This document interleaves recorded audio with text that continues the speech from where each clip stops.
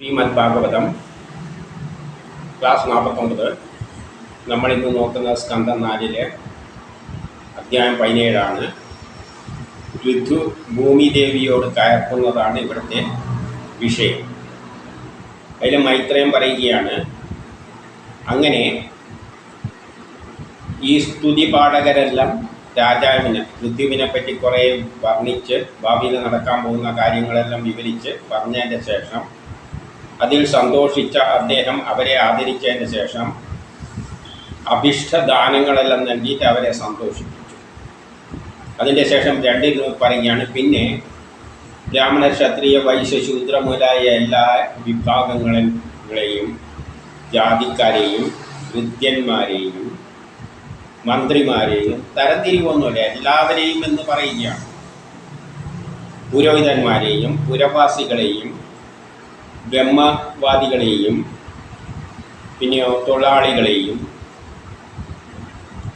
രാജർഷിമാരെയെല്ലാം സംതൃപ്തിപ്പെടുത്തി. അവിടെയുള്ള എല്ലാവരെയും അദ്ദേഹം സംതൃപ്തിപ്പെടുത്തി. അതിൻ്റെ ശേഷം വിതുരർ ചോദിക്കുകയാണ്, അനേക രൂപമുള്ള ഈ ഭൂമിദേവി എന്ന് പറഞ്ഞാൽ പല സ്വഭാവ വിശേഷങ്ങളോട് കൂടിയ ഭൂമിദേവി എന്തിനു വേണ്ടിയിട്ടാണ് പശുവിൻ്റെ രൂപം ധരിച്ച് ഓടിയത് എന്ന് ചോദിക്കുകയാണ്. പിന്നെ ഋതു അവളെ കറക്കുന്ന സമയത്ത് പൈക്കിടാവ് ആരായിരുന്നു, കറവപാത്രം ഏതായിരുന്നു? ഇതിൽ നിന്നും മനസ്സിലാക്കേണ്ടത്, നമ്മൾ കറവപാത്രം എന്ന് പറഞ്ഞാൽ ഇങ്ങനെയുള്ള പാത്രത്തിൽ പശു, ഇതൊരു പശുവാണ് എങ്ങനെ കറന്നു എന്നുള്ള കാര്യയിലൊന്നും ചിന്തിക്കരുത്. അതുകൊണ്ടാണ് ഇങ്ങനെ ചോദിക്കുന്നത്. പാത്രമെല്ലാം ഉദ്ദേശിക്കുന്നത് ഭൂമിയിൽ നിന്ന് കിട്ടുന്ന വിഭവങ്ങൾ ആരാണ് ഉപയോഗിക്കുന്നത് ആ അർത്ഥത്തിലേക്ക് എടുക്കണം. ഭൂമിയെ ഒരു പശുവായിട്ട് ചിത്രീകരിക്കുകയാണ്. കാരണം പശുവാണ് നമുക്ക് വേണ്ട ശരീരത്തിന് ആവശ്യമുള്ള എല്ലാ വസ്തുക്കളും അടങ്ങിയ പാല് തരുന്നത്. അപ്പം നമുക്ക് വേണ്ട വളർച്ചയ്ക്ക് വേണ്ട എല്ലാ വസ്തുവും അതിൽ അടങ്ങിയിരിക്കുന്നുണ്ട്. അതുകൊണ്ടാണ് പശു എല്ലാം തരുന്നു, ചോദിച്ചെല്ലാം തരുന്നു പറയുന്നത്. അതുപോലെ തന്നെയാണ് നമുക്ക് വേണ്ട എല്ലാം എവിടെ നിന്നാണ് കിട്ടുന്നത്, ഭൂമിയിൽ നിന്ന്. ആ നിലയിലാണ് ഇത് കമ്പയർ ചെയ്യേണ്ടത്. ഇനി 4 നിരപ്പല്ലാതിരുന്ന ഭൂമിയെ എങ്ങനെയാണ് അദ്ദേഹം നിരപ്പാക്കിയത് എന്ന് ചോദിക്കുകയാണ്. പിന്നെ ഇന്ദ്രൻ എന്തിനാണ് യജ്ഞാശ്വത്തെ പിടിച്ചു കെട്ടിയത്, അപഹരിച്ചത് എന്ന് ചോദിക്കണം. അതിന് മുമ്പ് പറഞ്ഞ കാര്യങ്ങളാണ്. അതിൻ്റെ എല്ലാം എടുത്ത് വ്യാഖ്യാനിച്ചിട്ട് വിസ്തരിച്ച് പറയാൻ പറയുക. എന്നിട്ട് 5 പറയാണ്, ബ്രഹ്മജ്ഞാനിയായ സനൽകുമാരനിൽ നിന്നും ആ ആത്മോപദേശം ലഭിച്ചതിന് ശേഷം അദ്ദേഹം ഏത് നിലയിലാണ് പ്രവർത്തിച്ചത് എന്ന് ചോദിക്കുകയാണ്. ഇതിൻ്റെ 6-7 പറയുകയാണ്, ഏതൊരാൾ ഋതുവിൻ്റെ രൂപത്തിൽ ഗോരൂപം പൂണ്ട് ഭൂമിയെ കറങ്ങുമ്പോൾ ആരാണ് ഈ ഒരു പശുവിൻ്റെ രൂപം ധരിച്ച് പൃഥ്വിൻ്റെ രൂപം ധരിച്ച് പശുവിൻ്റെ രൂപം ധരിച്ച ഭൂമിയെ കറന്നത്? അതാരാണ്? ആ ശ്രീകൃഷ്ണ ഭഗവാൻ. അപ്പം യഥാർത്ഥത്തിൽ ബ്രഹ്മം തന്നെയാണ് ഇതെല്ലാമായി മാറി. നമ്മളും എല്ലാം ബ്രഹ്മം തന്നെയാണ് വേദത്തിൻ്റെ അടുത്ത്. അപ്പം പൃഥ്വി എന്ന് പറയുന്നത് യഥാർത്ഥത്തിൽ കൃഷ്ണൻ തന്നെയാണ്. അപ്പം ആ കൃഷ്ണൻ്റെ അവതാരമാണിത്. ആ കൃഷ്ണ കഥയായിട്ട് ബന്ധപ്പെട്ട എല്ലാ കാര്യങ്ങളും ഉണ്ടെങ്കിൽ പറഞ്ഞു കൊടുക്കുക എന്ന് പറയുകയാണ്. അപ്പോൾ 8 സൂതൻ സൗനകാദികളോട് പറയുകയാണ്. അപ്പോൾ മൈത്രേയ സന്തുഷ്ടനായിട്ട് വിതുരരെ അഭിനന്ദിച്ചുകൊണ്ട് മൈത്രനാദിയെ പറയുകയാണ്.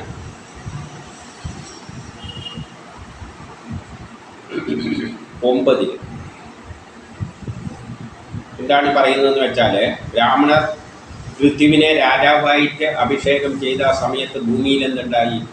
ആ ഭൂതലത്തിൽ ഭക്ഷണക്ഷാമം വളരെ രൂക്ഷമായിരുന്നു.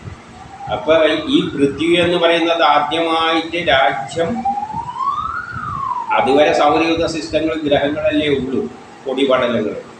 അപ്പോൾ അതിൽ നിന്ന് ഒരു ജീവജാലങ്ങളെല്ലാം ഉണ്ടായി വരുന്ന ഒരവസ്ഥയിലേക്ക് കടക്കുകയാണ്. അപ്പോൾ ചെടികളൊന്നും ഇല്ല. അതുകൊണ്ടാണ് ഇവിടെ പറയുന്നത്, അപ്പോൾ കഥയിലാകുമ്പോൾ ജനങ്ങളെല്ലാം ഉണ്ട് എന്നുള്ള ഭാവനയിൽ അടിച്ചുവിടും. അപ്പോൾ അക്കാലത്ത് ഭൂതലത്തിൽ ഭക്ഷണക്ഷാമം പിടിപെട്ടതിനാൽ തിന്നാനൊന്നും ആ സമയത്ത് ഒന്നുമില്ല, അവിടെ ചെടികളൊന്നും ഉണ്ടായില്ല. കഥയിൽ വരുമ്പം ജനങ്ങളെന്തായി? വിശന്നുകൊണ്ട് ക്ഷീണിച്ചു.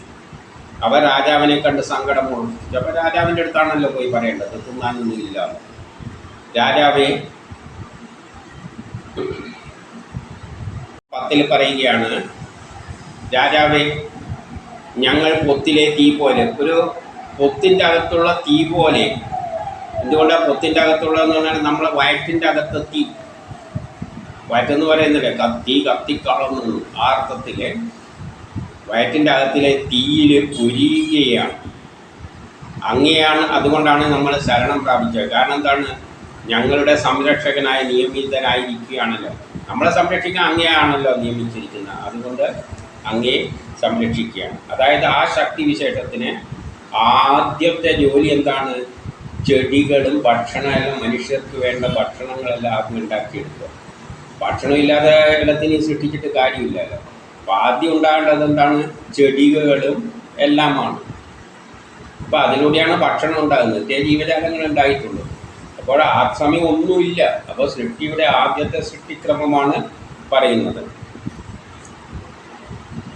അതിൻ്റെ 11 പറയുന്നു, അതിനാൽ വിശപ്പിനാൽ ഞങ്ങൾ നശിക്കാൻ പോകുന്നതിന് മുമ്പ് അങ്ങ് ഞങ്ങൾക്ക് അന്നം നേടിത്തരിക. അതുകൊണ്ട് അങ്ങയുടെ ജോലിയാണ്, അങ്ങ് ഉടനെ രാജാവിൻ്റെ ജോലിയാണത്. നമുക്ക് വിശക്കാന്നിട്ട് ഭക്ഷണം കൊണ്ട് ചാകാൻ പോവുകയാണ്, അത് ഉടനെ അതുകൊണ്ട് അന്നം നേടിത്തരണം. ഇന്നത്തെ ഭരണാധികാരികളുടെ ഉത്തരവാദിത്തമാണ് അവർക്ക്. ഈ പിച്ചക്കാരടക്കം, പട്ടിണി കിടക്കുന്ന പട്ടിണി കോലങ്ങളടക്കം വോട്ട് ചെയ്ത് ജയിപ്പിക്കുന്നത് ഇവർക്ക് ഭക്ഷണം കൊടുക്കാനാണ്. വേദപുരാണങ്ങളെല്ലാം കഥ പറയുന്നത് എന്താണ്? രാജാവിൻ്റെ അടുത്ത് പോയിട്ട് പറയാണ്, അങ്ങേ അതിന് വേണ്ടിയിട്ടാണ് ആക്കിയിരിക്കുന്നത്, നമ്മളെ വിശപ്പ് മാറ്റിത്തരാൻ. ഇന്ന് നമുക്ക് വിശക്കുന്ന ഒരാൾ അങ്ങോട്ടേക്ക് അടുത്ത് പോകാൻ പറ്റുമോ എന്ന് ചിന്തിച്ച് നോക്കിയാൽ. അപ്പം ഇവരവിടെ പോയിട്ട് പറയാണ്, നമുക്ക് വിശക്കുന്നു, തിന്നാനുള്ള സാധനം ഉണ്ടാക്കിത്താണ്. അവിടെ കൃഷി പോലും ഇല്ല. നേരാണ് രാജാവോട് പറയുന്നത്. ആ നിലയിൽ അവതരിപ്പിക്കുകയാണ്. രാജാവിൻ്റെ ധർമ്മമാണ് മനുഷ്യർക്ക് എല്ലാവർക്കും തിന്നാനുള്ള ഭക്ഷണവും പാർപ്പിടമെല്ലാം ഉണ്ടാക്കി കൊടുക്കാൻ.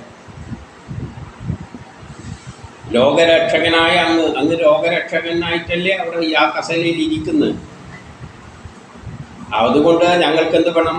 ഉപജീവനം ഉണ്ടാക്കി തരുവാൻ ചുമതലപ്പെട്ടവനാണ് അങ്ങ്. നമുക്ക് ജീവനോപാധികളെല്ലാം നേടിത്തരുവാൻ ചുമതലപ്പെട്ടവനാണ്.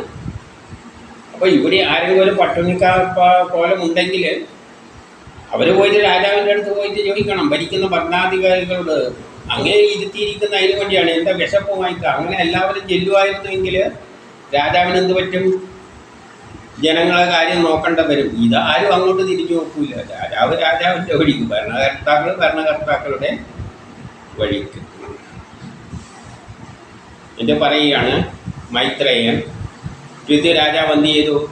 ജനങ്ങളുടെ അതിദയനീയമായ നിലവിളിയെല്ലാം കേട്ടപ്പോൾ ഒരു നിമിഷം ഇരുന്ന് ചിന്തിച്ചു, എന്തായിരിക്കും ഇതിൻ്റെ കാരണം? രാജാവിൻ്റെ ഉത്തരവാദിത്തമാണ് കാരണം കണ്ടെത്തിയിട്ട് പരിഹരിക്കുക. അതിനുള്ള കാരണവും അദ്ദേഹത്തിൻ്റെ മനസ്സിൽ തെളിഞ്ഞു വന്നു. കാരണം ബുദ്ധിമാനാണ്. എന്നിട്ട് 13 പറയാണ്, അതിൻ്റെ കാരണം ഭൂമിയല്ലാതെ മറ്റൊന്നുമല്ല. ഭൂമിയാണ്. ഭൂമിയിലല്ലേ എല്ലാം വിളയേണ്ടത്. അത് വിളയാതെ കൊണ്ടല്ലേ ഭൂമി തന്നെ കുറ്റക്കാരൻ. എന്നിട്ട് അദ്ദേഹം എന്ത് ചെയ്തു? ത്രിപുരാസുരനെ വധിച്ച രുദ്രനെ പോലെ, ആ കഥ വേറെ, ഭൂമിയുടെ നേരെ ശരവും എടുത്തുകൊണ്ട് പാഞ്ഞു. ഭൂമിയുടെ നേരെ ശരം തൊടുത്തു. നീ എന്താ ഭക്ഷണം കൊടുക്കാതെ?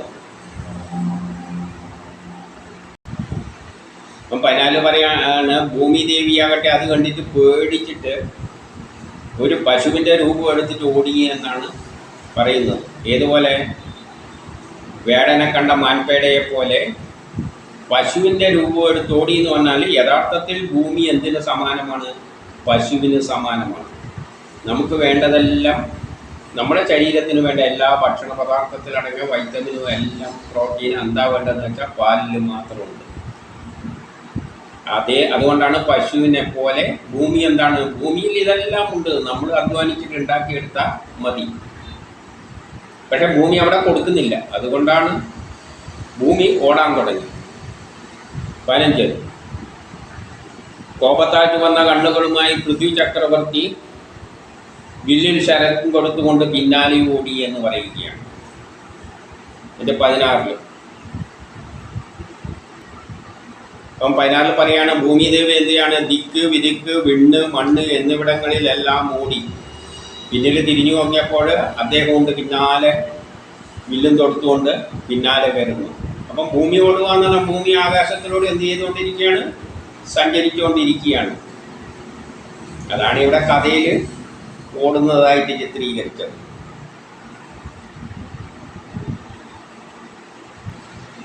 എൻ്റെ 17 ഒരു ഉപമ വെച്ച് പറയുകയാണ്, മൃത്യുവിനെ ഭയന്ന് ഓടുന്ന ജനങ്ങളെപ്പോലെ ഭൂമി എന്ത് ചെയ്തു?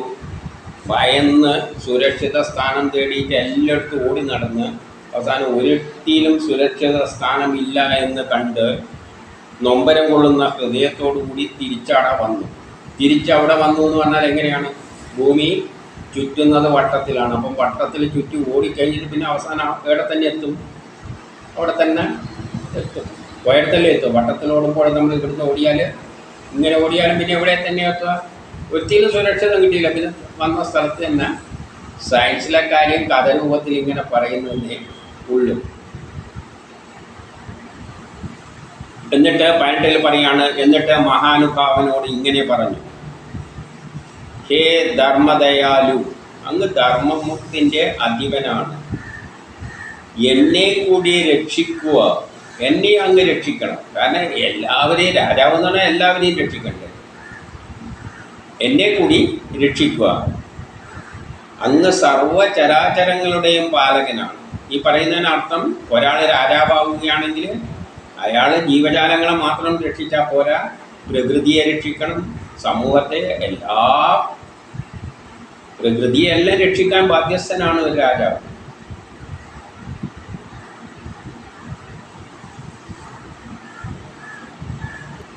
എൻ്റെ 19 പറയണ, അങ്ങനെയുള്ള ഭഗവാൻ ഒരു തെറ്റ് ചെയ്യാത്ത പാപമായ എന്നെ ഏത് കാരണത്താൽ കൊല്ലുവാൻ ശ്രമിക്കുന്നു? ഞാനൊരു തെറ്റും ചെയ്തിട്ടാണ് ഭൂമി പറയുക. എന്ത് കാരണത്താലാണ്? എല്ലാവരെയും സംരക്ഷിക്കേണ്ട ഉത്തരവാദിത്തമുള്ള അങ്ങ് എന്നെ ഒരു തെറ്റും ചെയ്യാതെ എന്നെ എന്ത് കാരണത്താലാണ് കൊല്ലുവാൻ ശ്രമിക്കുന്നത്? ധർമ്മനിഷ്ഠനായ അങ്ങയ്ക്ക് എങ്ങനെ ഒരു സ്ത്രീയെ നിഗ്രഹിക്കാൻ കഴിയും? ഞാനൊരു സ്ത്രീയാണ്. ഒരു സ്ത്രീയെ നിഗ്രഹിക്കാൻ എങ്ങനെയാണ് സാധിക്കുന്നത്? എന്നിട്ട് 20 ഓർമ്മിപ്പിക്കുകയാണ്, തെറ്റ് പറ്റിയവരാണെങ്കിൽ കൂടി, സ്ത്രീകൾ തെറ്റ് പറ്റിയാൽ തന്നെ സാമാന്യ ജനങ്ങൾ, സാധാരണ ജനങ്ങളൊന്നും എന്തില്ല, പ്രഹരിക്കില്ല, ഒന്നും ചെയ്യില്ല. പിന്നെ കാരുണ്യവാനും ദീനവാനുമായ അങ്ങ്, ദയാലുമായ അങ്ങയുടെ കാര്യം പറയേണ്ട ആവശ്യമുണ്ടോ? അങ്ങ് ഒരിക്കലും അത് ചെയ്യാൻ പാടില്ല. സ്ത്രീകളോടല്ല, തെറ്റ് പറ്റിയിട്ടുണ്ടെങ്കിൽ തന്നെ അത് ചെയ്യാൻ പാടില്ല. എന്നിട്ട് പറയുകയാണ് 21 ലോകത്തെ താങ്ങി നിർത്തുന്ന ഞാൻ. ഈ ലോകത്തിലെ ജനങ്ങളെ എല്ലാം താങ്ങി നിർത്തുന്ന ഏതാണ്? ഭൂമിയിലാണ്. ആ ഭൂമിയെ നശിപ്പിച്ചു കഴിഞ്ഞാൽ പിന്നെ ഇതിൻ്റെ അകത്തുള്ള ജീവജാലങ്ങൾ എന്താ ചെയ്യുക? ഭൂമിയെ അടിച്ച് പൊളിച്ചു കഴിഞ്ഞാൽ പിന്നെ ആരെ രക്ഷിക്കാനാണ്? ജീവജാലങ്ങളൊന്നും ഉണ്ടാവില്ലല്ലോ. ജീവജാലങ്ങൾക്കെല്ലാം ഭൂമിയില്ലാതെ എങ്ങനെയാണ് രക്ഷപ്പെടുക? അതുകൊണ്ട് ലോകത്തെ താങ്ങി നിർത്തുന്ന ഞാൻ ഉറപ്പുള്ള കപ്പലായ എന്നെ തകർത്തിട്ട്, ഞാൻ ഒരു കപ്പലിന് സമാനമാണ്. അന്തരീക്ഷം മുഴുവൻ ഒരു സമുദ്ര സമാനമാണ്, ശൂന്യം, എല്ലായിടത്തും ഒരേപോലെ. അതിലൊരു കപ്പലാണ് ഭൂമി. ആ ഭൂമിയിലാണ് ജീവജാലങ്ങളെല്ലാം ഇരുന്നിട്ട് താമസിക്കുന്നത്. എന്നിട്ട് അതൊരു കപ്പലുമാരി സമുദ്രത്തിലൂടെ സൂര്യന് ചുറ്റും ഇങ്ങനെ സഞ്ചരിക്കുകയാണ്. അങ്ങനെയുള്ള ഈ കപ്പലിനെ തകർത്തിട്ട്, കപ്പലിന് സമാനമായ ഭൂമിയെ തകർത്തിട്ട് ഈ വെള്ളത്തിൽ പിന്നെ ഈ മനുഷ്യരെങ്ങനെയാണ്? പിന്നെ എന്തേയുള്ള ശൂന്യമായ സ്ഥലമേ ഉള്ളൂ, വെള്ള സമാനമായ സമുദ്രം പോലെയുള്ള. പിന്നെ അവിടെ എങ്ങനെ മനുഷ്യർ ജീവിക്കുക എന്നാണ് ചോദിക്കുന്നത്. അതിനെ തകർത്തിട്ട് എന്താ ചെയ്യാൻ പോകുന്നു? അപ്പം പൃഥ്വി വസുന്ധരേ എന്ന് പറഞ്ഞുകൊണ്ട് പറയുകയാണ്, എൻ്റെ ശാസന കേൾക്കാത്ത നിന്നെ ഞാൻ കൊല്ലും. ഞാൻ ആജ്ഞാപിക്കുന്നത് നീ കേൾക്കുന്നില്ല. കാരണം എന്താണ്? നീ യജ്ഞത്തിൽ ഹവിസ്സെല്ലാം സ്വീകരിക്കുന്നുണ്ട്, ഭൂമിയിൽ നീ ഹവിസ്സെല്ലാം സ്വീകരിക്കുന്നുണ്ട്. പക്ഷേ എന്ത് ചെയ്യുന്നില്ല? പക്ഷേ നമ്മൾക്ക് ധാന്യങ്ങളൊന്നും നൽകുന്നില്ല. അവിടെ മഴയെല്ലാം പെയ്യുന്നുണ്ട്, എല്ലാം ഉണ്ട്, പക്ഷേ ധാന്യങ്ങളൊന്നും ഉണ്ടാകുന്നില്ല. നിനക്ക് കിട്ടേണ്ട സൂര്യ വെളിച്ചമെല്ലാം ശരിക്കും മര്യാദയ്ക്ക് കിട്ടുന്നുണ്ട്. മഴ പെയ്യുന്നത് മഴയും പെയ്യുന്നുണ്ടാവും, പക്ഷെ എന്തില്ല? നീ നമുക്കൊന്നും തരുന്നില്ല. അതുകൊണ്ട് നിന്നെ ഞാൻ കൊല്ലും. എൻ്റെ 23 പറയാണ്, ദിവസേന നീ പുല്ലും വൈക്കോലും എല്ലാം തിന്നുന്നുണ്ട്, പാൽ ചുരത്തുന്നില്ല. പശു ആയതുകൊണ്ടാണ് ഇപ്പം ഇങ്ങനെ പറഞ്ഞത്. അല്ല ഭൂമി പുല്ല് തന്നെയാണോ? വേണമെങ്കിൽ ഭൂമി പുല്ല് തന്നെന്ന് വിചാരിക്കാം. ഭൂമിയിലുണ്ടാകുന്ന പുല്ലെല്ലാം കരിഞ്ഞു പോയിട്ട് അത് തിന്നുന്നു. പക്ഷേ ഇവിടെ പുല്ലൊന്നും ഉണ്ടായിട്ടില്ല എന്നുള്ള കാര്യം നമ്മൾ പ്രത്യേകം ഓർക്കണം. അപ്പോൾ ഉപമയിൽ പശുവായി പറഞ്ഞുകൊണ്ട് നീ പുല്ലും എല്ലാം നല്ലോണം കഴിക്കുന്നുണ്ട്, പക്ഷെ നമുക്ക് പശു പാല് മാത്രം കിട്ടുന്നില്ല. അങ്ങനെയുള്ള ദുഷ്ടന്മാർക്ക് ദണ്ഡനാകും, സ്ത്രീയായാലും പുരുഷനായാലും ദണ്ഡനം നൽകുന്നതിൽ കുഴപ്പമൊന്നും നിഷിദ്ധമൊന്നുമല്ല എന്ന് പറയുകയാണ്. എന്നിട്ട് പറയുകയാണ്, ബുദ്ധി കുറഞ്ഞ നീ ബുദ്ധി കുറച്ച് കുറവാണ്. ബ്രഹ്മാവിനാൽ ആദികാലത്ത് സൃഷ്ടിക്കപ്പെട്ട സസ്യവിത്തുകളെ എന്നെ അനാദരിച്ച് തന്നുള്ളിൽ നിന്നും വിട്ടുതരുന്നില്ല. അപ്പം ഭൂമിക്കാരതിയിൽ എന്തുണ്ട്? പണ്ട് ബ്രഹ്മാവ് സൃഷ്ടിച്ച പ്രളയ സമയത്തിൻ്റെ മുമ്പിലെല്ലാം ഭൂമിയിലുള്ളതെല്ലാം എല്ലാ വസ്തുക്കളും നശിച്ചിട്ട് ഭൂമിയിലാണല്ലോ അവസാനം വന്നു ചേർന്നത്. അപ്പം വിത്തുണ്ടാകേണ്ട സാധനങ്ങൾ, ചെടികൾ ഉണ്ടാകേണ്ട സാധനങ്ങളെല്ലാം എന്തിൽ തന്നെയുണ്ട്? ഭൂമിയിൽ തന്നെ ഉണ്ട്. അപ്പം എല്ലാം പണ്ട് കാലത്ത് ഉണ്ടായിരുന്നു. ഇത് സൈക്ലിക്കാണല്ലോ, ഉണ്ടാകും, പിന്നെ ഭൂമി നശിക്കും, പിന്നെ ഇങ്ങനെ പുരോഗമിച്ച് വന്ന് എല്ലാം ഉണ്ടാകും, പിന്നെ ഭൂമിയിൽ പോയി ലയിക്കും, ഇങ്ങനെയാണ്. അപ്പം ഇതെല്ലാം ഭൂമിയിൽ തന്നെ ഉണ്ട്. അപ്പോൾ പണ്ട് കാലത്ത് ബ്രഹ്മാവിനാൽ സൃഷ്ടിക്കപ്പെട്ട എല്ലാ വിത്തെല്ലാം നിന്റെ ഉള്ളിൽ തന്നെ ഉണ്ട്, ഭൂമിയിലുണ്ട്. അത് മുളച്ച് വന്നാൽ മതി. പക്ഷേ നീ എന്ത് ചെയ്യുന്നില്ല? അതെല്ലാം ഞാൻ പറയുന്ന കേൾക്കാതെ നീ അതൊന്നും പുറത്തേക്ക് വിട്ടുതരുന്നില്ല. അതായത് ഭൂമിയിൽ നിന്ന് ഇതെല്ലാം ആദ്യം പുല്ലെല്ലാം മുളച്ച് വരണം, ചെടികൾ മുളച്ച് വരണം.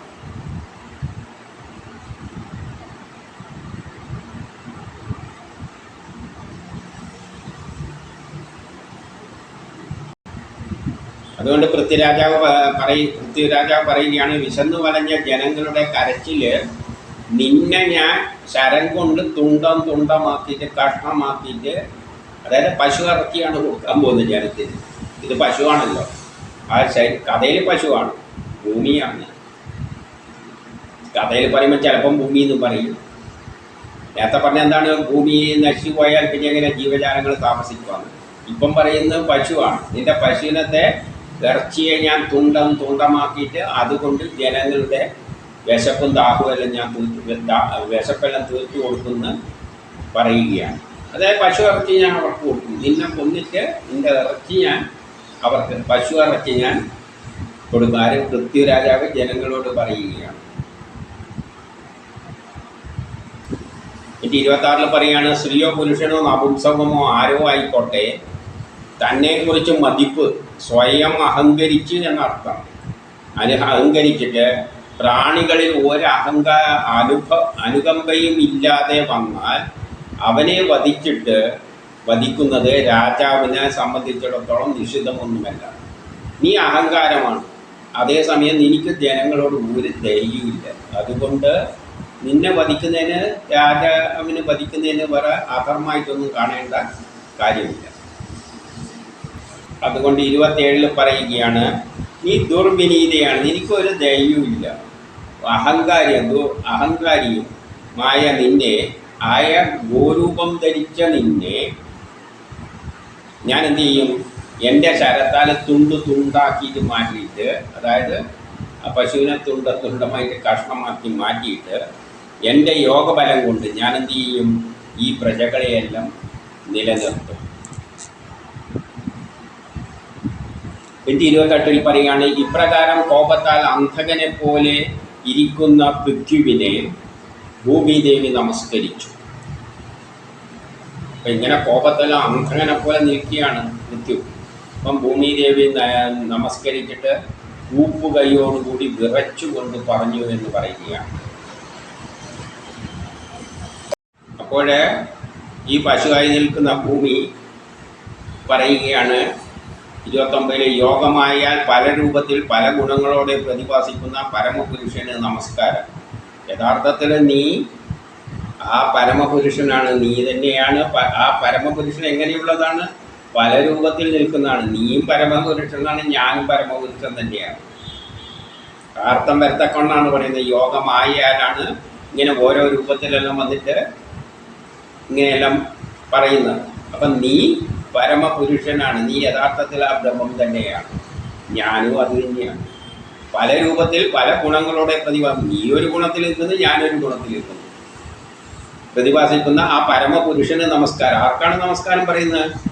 ആ പരമപുരുഷന് നമസ്കാരം പറഞ്ഞു. നീ അവനെ ഇങ്ങനെ സൃഷ്ടിച്ചു, എന്നെ ഇങ്ങനെയാക്കിയിട്ട് ഇനി എന്നെ വരട്ടിക്കൊണ്ടിരിക്കുകയാണ്. ആ നിലയിലാണ് പറയുന്നത്. അതുകൊണ്ട് ആ പരമപുരുഷനാണ് നമസ്കാരം, അല്ലാതെ ഈ പൃഥ്വി എന്ന് പറയുന്നതിന് ആ തരത്തിലാണ് കാണുന്നത്. സ്വരൂപാനുഭൂതിയുടെയും ഞാനെന്ന തോന്നലിലൂടെയും. അപ്പം നിനക്കെന്തുണ്ട്? നമ്മളിലെല്ലാം എന്തുണ്ട്? ഞാനെന്നൊരു തോന്നൽ ഉണ്ടാക്കിയിട്ടുണ്ട്. സ്വരൂപം, എനിക്കൊരു രൂപമുണ്ട്, നിന്റെ രൂപം രാജാവിൻ്റെയാണ്. എൻ്റെ ഒരു പശുവിൻ്റെ ഭൂമിയാണ്, ഇപ്പം പശുവായിട്ട് രൂപത്തിൽ നിൽക്കുകയാണ്. അതേസമയം എന്താണ്? രാഗാദിദോഷരഹിതനാണ്. അതിൻ്റെ ഉള്ളിലിരിക്കുന്ന നീയാകട്ടെ രാഗാദിദോഷങ്ങളൊന്നും ഇല്ലാതെ, ഒരു ഗുണവുമില്ലാതെ നിർഗുണനായിരിക്കുന്ന നീ തിരുവടിക്ക് നമസ്കാരം. അതുകൊണ്ട് നീ ഈ രൂപത്തിൽ നിൽക്കുന്നത്, ഞാൻ ഈ രൂപത്തിൽ നിൽക്കുന്നത്. പക്ഷേ ഞാൻ നമസ്കരിക്കുന്ന ആരാണ്? ഇതിൻ്റെ എല്ലാം പിന്നിൽ നിൽക്കുന്ന അങ്ങേക്ക് നമസ്കാരം. എന്നിട്ട് 30 പറയുന്നതാണ്, യാതൊന്നിലാണോ ത്രിഗുണാത്മകമായ സൃഷ്ടിയുടെ രഹസ്യം സ്ഥിതി ചെയ്യുന്നത്? എന്തിലാണ് ഈ സൃഷ്ടിയുടെ 3 ഗുണങ്ങളിലൂടെയാണ്, സത്വരജോ തമോ ഗുണം, അതേ ന്യൂട്ടൻ്റെ 3 ലോയിലൂടെയാണ് ഈ പ്രപഞ്ചമെല്ലാം പല ഗുണങ്ങളോടെ ആയിട്ട് അതിലെന്ത് സ്ഥിതി ചെയ്യുന്നുണ്ട്? ആ ശക്തി സ്ഥിതി ചെയ്യുന്നുണ്ട്. ആ ശക്തി തന്നെയാണ് ഇതെല്ലാമായിട്ട് മാറുന്നത്. അതുതന്നെ ജീവാത്മാക്കളുടെ വാസസ്ഥലമായത്. എന്നിട്ട് അതിൽ തന്നെയാണ് ഈ പല രൂപത്തിൽ വന്നിട്ട് അതിൽ തന്നെയാണ് ജീവാത്മാക്കളുടെ വാസസ്ഥാനം. എല്ലാ ജീവാത്മാക്കളും വസിക്കുന്നത് ഏതിൽ തന്നെയാണ്? ആ പരംപുരുഷനിൽ തന്നെയാണ്. ആ ശക്തി തന്നെ എന്നെ വധിക്കുവാനായി ആയുധവുമായി വന്നു നിൽക്കുന്നത്. ആ ശക്തി തന്നെയാണ് ഇപ്പം എന്നെ വധിക്കാൻ വേണ്ടിയിട്ട് ആയുധമായിട്ട് വന്നു നിൽക്കുന്നത്. എല്ലാത്തിലുള്ളത്, എന്നിലുള്ളത് ആ ശക്തി തന്നെയാണ്, നിന്നിലും ആ ശക്തി തന്നെയാണുള്ളത്. അതാണ് എന്നിട്ട് നീ എന്നെ വധിക്കുന്ന രൂപത്തിലൂടെ വന്ന് നിൽക്കുന്നത്. ആ ശക്തിയെ തന്നെ ഞാൻ നാം രക്ഷക്കായി ആശ്രയിക്കേണ്ടത്. അതുകൊണ്ട് നമ്മൾ ആശ്രയിക്കേണ്ട ആരെയാണ്? പൃഥ്വി എന്ന നിന്നെയോ ഭൂമി എന്ന എന്നെയോ ഒന്നുമല്ല. നമ്മൾ ആശ്രയിക്കേണ്ട ആ ശക്തിയെ തന്നെ ആശ്രയിച്ചു കൊടുക്കുക.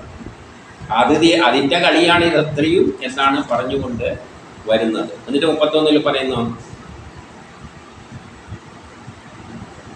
യാതൊരുത്തൻ പൂർവ്വകാലത്ത് ഈ പ്രപഞ്ചത്തെ മുഴുവൻ മായയാൽ സൃഷ്ടിച്ചുവോ, ആ ശക്തി തന്നെയാണ് എല്ലാത്തിനെയും സംരക്ഷിക്കുന്നത്. ആ ധർമ്മിഷ്ഠൻ എങ്ങനെ എന്നെ കൊല്ലാൻ ശ്രമിക്കുന്നു? എല്ലാത്തിനെയും യാതൊരുത്തൻ പൂർവ്വകാലത്ത്, ഈ പ്രപഞ്ചത്തിന് മുമ്പ് കാലത്ത് പ്രപഞ്ചം സൃഷ്ടിച്ചതും ആ ശക്തി തന്നെയാണ്, സംരക്ഷിക്കുന്നതും അതുതന്നെയാണ്. ആ ധർമ്മിഷ്ഠൻ എങ്ങനെ എന്നെ കൊല്ലാൻ ശ്രമിക്കും? ആ ധർമ്മിഷ്ഠൻ എങ്ങനെയാണ് എന്നെ കൊല്ലാൻ ശ്രമിക്കുന്നത്? അതായത് നീ ആ ബ്രഹ്മമാണ്, ആ പരമാത്മാവാണ്, ഞാനും അത് തന്നെയാണ്. പിന്നെ നീ എന്തിനാ എന്നെ കൊല്ലാൻ നടക്കുന്നത്?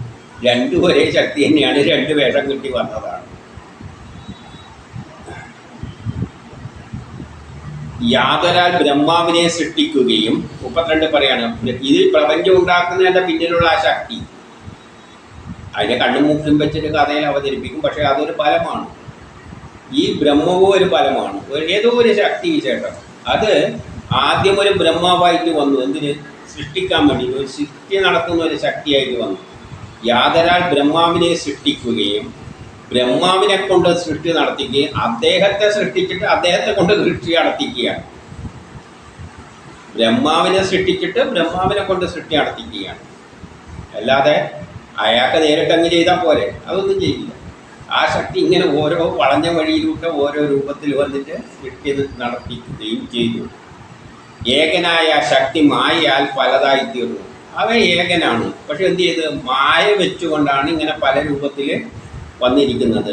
ഒരു മായയിൽ നീയായിട്ട് വന്നു, വേറൊരു മായ രൂപത്തടിച്ചിട്ട് വേഷം കെട്ടിയിട്ട് ഞാനായിട്ടും വന്നു. എന്നിട്ട് അതിനെയെല്ലാം നിയന്ത്രിക്കുന്നു. ഇങ്ങനെ പലതായിട്ട് വന്നിട്ട് നിയന്ത്രിക്കുകയാണ്. നിന്നെ രാജാവാക്കിയിട്ട് നിന്നെ കൊണ്ട് നിയന്ത്രിക്കുകയാണ്. എന്നെ ഭൂമിയായിക്കൊണ്ട് എല്ലാത്തിനെയും പരിപാലിപ്പിക്കുകയാണ്. ഈശ്വരനെ അതിൻ്റെ മായയിൽ ബന്ധിതരായ മനുഷ്യർക്ക് തിരിച്ചറിയുവാനാകില്ല. അതുകൊണ്ട് ആ ഉള്ളിലുള്ള എല്ലാത്തിലും കടന്ന് കളിക്കുന്ന ആ ശക്തിയെ സാധാരണ മനുഷ്യർക്കൊന്നും തിരിച്ചറിയാൻ പറ്റില്ല. എന്നിട്ട് യാതൊരാൾ എന്ന് പറഞ്ഞാൽ ആ ശക്തി വിശേഷം ഈ സൃഷ്ടികർമ്മങ്ങളെ, ഈ സൃഷ്ടിയിൽ നടക്കുന്ന എല്ലാ കർമ്മങ്ങളെയും ഏതിലൂടെയാണ് നിയന്ത്രിക്കുന്നത്?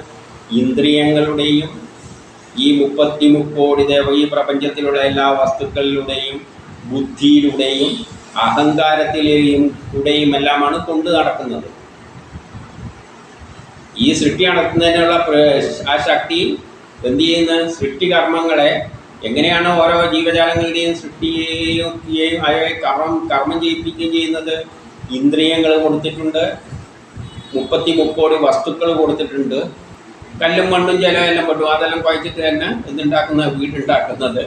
എന്നിട്ട് ബുദ്ധിയും കൊടുത്തിട്ടുണ്ട്, ശാസ്ത്രത്തിൻ്റെ അടിസ്ഥാനത്തിൽ വീട് കെട്ടേണ്ട വഴിയെല്ലാം പഠിച്ചിട്ട് വീടെല്ലാം നിർമ്മിക്കുന്നത്. അഹങ്കാരം, ഞാനെന്നൊരു അഹങ്കാരമുണ്ട്, എനിക്ക് വേണ്ടിയിട്ട് വീട് കെട്ടണം എന്നുള്ള ചിന്തകളെല്ലാം ഉണ്ടാക്കിയിട്ടാണ് കൊണ്ട് നടക്കുന്നത്, ഈ ലോകത്തെ കൊണ്ട് നടക്കുന്നത്. ആ സർവത്തിൻ്റെയും പിന്നിലുള്ള കാരണക്കാരനായ ആ പരമപുരുഷനെ ഞാൻ നമസ്കരിക്കുന്നു. അപ്പോൾ ഓർമ്മിപ്പിക്കുകയാണ്, ഇതെല്ലാം ആ ഒരു ശക്തിവിശേഷമാണ് കാട്ടിക്കൂട്ടുന്നത്. എന്നിട്ട് 34 പറയുകയാണ്, ആ നിന്തിരുവടിയിൽ നിർമ്മിക്കപ്പെട്ട ഭൂതങ്ങൾ ആ നിന്തിരുവടിയോടെയാണ് ഇതെല്ലാം ഉണ്ടായിരിക്കുന്നത്. എന്തെല്ലാം? ഭൂതങ്ങൾ, ഇന്ദ്രിയങ്ങൾ, അന്ധകരണങ്ങൾ, ആത്മാവ്, നമ്മുടെ മനസ്സ്, ബുദ്ധി, ഇതെല്ലാം ആത്മാവ് എല്ലാം എന്നിവയോടത് കൂടിയതുമായ ആദിയിലുള്ള ആ വരാഹമൂർത്തി. അപ്പം ഇതെല്ലാത്തിൻ്റെയും കേന്ദ്രമായ ആദിയിലുള്ള വരാഹമൂർത്തി എന്ത് ചെയ്തിട്ടുണ്ട്? ചരാചരങ്ങളെയും നിലനിർത്താൻ വേണ്ടി, എല്ലാ ജീവജാലങ്ങളെയും ഇങ്ങനെ നിലനിർത്താൻ വേണ്ടിയിട്ട്, അതിന് താമസിക്കാൻ ഒരു വീടുണ്ടാക്കേണ്ടിയിട്ട് എന്ത് ചെയ്തു? പാതാള ജലത്തിൽ പോയിട്ട് വരാഹമൂർത്തിയായിട്ട് പൊക്കിയെടുത്ത് കൊണ്ടുവന്ന് വെച്ചതാണ് ഈ സാധനം. അതിനെയാണ് നീ എടുത്ത് അടിച്ച് കളയാൻ പോകുന്നത്. ഈ പ്രപഞ്ചത്തിൻ്റെ സൃഷ്ടിയും അതിലുള്ള സംരക്ഷണത്തിനും എല്ലാം വേണ്ടിയിട്ട് ആ ശക്തി എന്ത് ചെയ്തിട്ടുണ്ട്? ഒരു വരാഹമൂർത്തിയായിട്ട് വന്നിട്ട് എന്നെ ഇവിടുന്ന് പാതാളത്തുനിന്ന് പൊക്കിയെടുത്തിട്ട് ജനങ്ങൾക്കെല്ലാം താമസിക്കാൻ വേണ്ടിയിട്ടാണ് ഈ ഭൂമിയുടെ ഉണ്ടാക്കിയിട്ട് വെച്ചിരിക്കുന്നത്. ആ എണ്ണയാണ് നീ എന്ത് ചെയ്യുന്നത്? അതേ ശക്തി തന്നെ എന്തായിട്ട് വന്നിട്ട് ഈ പൃഥ്വിയായിട്ട് വന്നിട്ട് അടിച്ചു കളയാൻ പോകുന്നത്. ഏത്? ജനങ്ങൾക്ക് വേണ്ടി താമസിക്കാൻ ഉണ്ടാക്കിയ ഭൂമിയെ. അതാണ് പറഞ്ഞുകൊണ്ട് വരുന്നത്. അദ്ദേഹമാണ് പൊക്കിയെടുത്ത് എന്നെ ഇവിടെ കൊണ്ട് വെച്ചിരിക്കുന്നത്. 35 പറയാണ്, ആ മൂർത്തി എന്ത് ചെയ്തു? ജലത്തിൻ്റെ മധ്യത്തിൽ ഞാനാകുന്ന നൗകയിൽ, അപ്പം ജലത്തിൻ്റെ ഈ പ്രപഞ്ചം മുഴുവൻ ശൂന്യമാണ്, അത് ജലമായിട്ടാണ്, സാഗരമായിട്ടാണ് ചിത്രീകരിക്കുക. അതിൻ്റെ നടുവിൽ സൂര്യനുണ്ട്. ആ സാഗരത്തിൽ ഒരു നൗക പോലെ, ജനങ്ങൾക്ക് താമസിക്കാൻ ഒരു നൗക പോലെ ഭൂമിയായി എന്നെ സൃഷ്ടിച്ചിട്ട് അതിനെ രക്ഷിക്കുവാനായി, ആ ഭൂമിയെ രക്ഷിക്കുവാൻ വേണ്ടിയാണ് പൃഥ്വി ചക്രവർത്തിയായിട്ട് അവതരിച്ചിരിക്കുന്നത്. എന്നിട്ട് ആ ശക്തി തന്നെയാണ് ഈ ഭൂമിനെ പിടിച്ച് ഇവിടെ കൊണ്ടുവച്ചിട്ട് വരാഹമൂർത്തിയായിട്ട് വന്നിട്ട് ഇവിടെ പിടിച്ചിട്ട് ജീവജാലങ്ങൾക്ക് രക്ഷകൾക്ക് വേണ്ടിയിട്ട് ഉണ്ടാക്കി വെച്ചിട്ട് അതിനെ രക്ഷിക്കാനാണ് നിന്നെ ഇവിടെ പിടിച്ചു കൊണ്ടുവച്ചിരിക്കുന്നത് ചക്രവർത്തിയായിട്ട്, പൃഥ്വി ചക്രവർത്തിയായിട്ട്. അത് തന്നെയാണ് വന്നിരിക്കുന്നത്.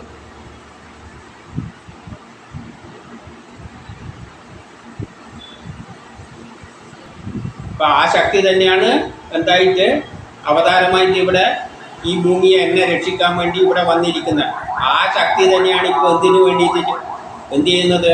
പാലിന് വേണ്ടിയിട്ട് എന്നെ കൊല്ലാൻ ശ്രമിക്കുന്നത്. നിന്നെ ഇതിനെ രക്ഷിക്കാനാണ്. ആ നീ എന്താ ചെയ്യാൻ പോകുന്നത്? എന്നെ കൊല്ലാൻ പോകുന്നു. ഇത്രയും പാടുപെട്ടിട്ട് വരാഹാവതാരമായിട്ടെല്ലാം വന്നിട്ട് ഭൂമിയെ പൊക്കിയിട്ട് ജനത്തിന് താമസിക്കാൻ ഒരു വീടുണ്ടാക്കി കൊടുത്തവർ തോണി കണക്കെ ഒരു ഭൂമിയെ സൃഷ്ടിച്ചിട്ട് അതിൻ്റെ അകത്ത് ജീവജാലങ്ങളെയെല്ലാം സൃഷ്ടിക്കാൻ വേണ്ടി വെച്ചിട്ട് അതിനെയാണ് നീ പാലിന് വേണ്ടിയിട്ട് എന്ത് ചെയ്യാൻ പോകുന്നത്? കൊല്ലാൻ പോകുന്നത്. എൻ്റെ 36 പറയുകയാണ്, അങ്ങനെയുള്ള നിന്തിരുവടിയുടെ, നീ തന്നെയാണ്, ആ ബ്രഹ്മം തന്നെയാണ് നീ ആയിട്ട് മാറിയിരിക്കുന്നത്. ആ നിന്തിരുവടിയുടെ ഗുണപ്രകാശ സ്വരൂപമായ, ഗുണങ്ങളെല്ലാം പ്രകാശിപ്പിക്കുന്ന സ്വരൂപമായ ആ മായയിലൂടെയാണ് അത് പ്രകാശിച്ചുകൊണ്ട് എല്ലാത്തിനും ഓരോ രൂപങ്ങളും ഗുണങ്ങളും നൽകുന്നത്. അങ്ങനെ ഉണ്ടായവയിൽ വ്യാമോഹിതരായ എന്നെപ്പോലെയുള്ള ജനങ്ങൾക്ക്, അങ്ങനെ ഉണ്ടായ എന്നെപ്പോലെയുള്ള ഭൂമി പോലെയുള്ള ജനങ്ങൾക്ക് ഈശ്വരൻ എന്ന സങ്കല്പത്തെ പോലും അറിയില്ല. അവരിങ്ങനെ ഒരു ഈശ്വരനുണ്ടോ എന്നൊരു സങ്കല്പത്തെ പോലും അവർക്കൊന്നും മനസ്സിലാവില്ല. സാധാരണ ജനങ്ങൾക്കൊന്നും അത് മനസ്സിലാവില്ല. നിനക്കും മനസ്സിലാവും, നീ രാജാവാണ്, രാജാവിനും മനസ്സിലാകാൻ പോകുന്നില്ല അങ്ങനെ ഒരു ഈശ്വരനുണ്ടോ എന്ന്. പിന്നെയല്ലേ ശരിയായ ഈശ്വരൻ ആ ബ്രഹ്മത്തെ മനസ്സിലാക്കുന്നത്. സാധാരണ ജനങ്ങൾക്ക് ഇങ്ങനെയുള്ളൊരു ശക്തി ഉണ്ട് എന്നൊരു സങ്കല്പം പോലും ഇല്ല. പിന്നെ ആ ഈശ്വരനെ മനസ്സിലാക്കാൻ ആ ഉണ്ടെങ്കിൽ തന്നെ ആ ഈശ്വരനെ യഥാർത്ഥ രൂപത്തിൽ മനസ്സിലാക്കുക എന്ന് പറഞ്ഞാൽ നടക്കുന്ന കാര്യമൊന്നും അല്ല. അങ്ങനെയുള്ള ഈശ്വരന് നമസ്കാരം. അപ്പം അങ്ങനെ ഒരു ഈശ്വരനുണ്ട്. ആ ഈശ്വരനാണ് ഇവിടെ നടക്കുന്ന എല്ലാ കാര്യത്തിനും പിന്നിലും എല്ലാമായിട്ട് രാജാവായിട്ട് വരുന്നതും ഭൂമിയായിട്ട് വരുന്നതും എല്ലാം അത് തന്നെയാണ്. പക്ഷേ അങ്ങനെ ഒന്നാണ് എന്ന് ധരിക്കുവാൻ പോലും നമുക്ക് സങ്കല്പിക്കാൻ പറ്റില്ല. നമുക്കും ഇത് പറഞ്ഞാൽ മനസ്സിലാവില്ല. ആ ശക്തിയാണ് ഞാനാണെന്ന് വിചാരിച്ചാൽ ബ്രഹ്മമാണ് ഞാനാണെന്ന് എങ്ങനെയാണ് നമുക്ക് സങ്കല്പിക്കാൻ പറ്റില്ല. അപ്പം അങ്ങനെ ഒരു സങ്കല്പത്തിൽ പോലും നമുക്കത് മനസ്സിലാക്കാൻ പറ്റില്ല. പിന്നെ യഥാർത്ഥ ഈശ്വരനെ എങ്ങനെയാണ് നമ്മൾ മനസ്സിലാക്കുന്നത്? ഒന്നാമത് മനസ്സിലാക്കേണ്ടത് ആ ബ്രഹ്മം തന്നെയാണ് ഞാൻ. ഈ കാണുന്നതെല്ലാം ബ്രഹ്മമാണ്. ഒരേ വസ്തു തന്നെ, ആ ശക്തി തന്നെയാണ് പട്ടിയായിട്ടും പൂജയായിട്ടും ബ്രാഹ്മണനായിട്ടും ക്ഷത്രിയനായിട്ടും വൈശ്യനായിട്ടും ശൂദ്രനായിട്ടും എല്ലാം വന്നിരിക്കുന്നതെന്ന് സങ്കല്പിക്കാൻ പോലും നമുക്ക് പറ്റില്ല. പിന്നെ എങ്ങനെയാണ് ഈശ്വരനെ പറ്റി മനസ്സിലാക്കാൻ പറ്റുന്നതെന്നാണ് ഇവിടെ ചോദിക്കുന്നത്. അതോടെ ഈ അധ്യായം തീരുന്നു.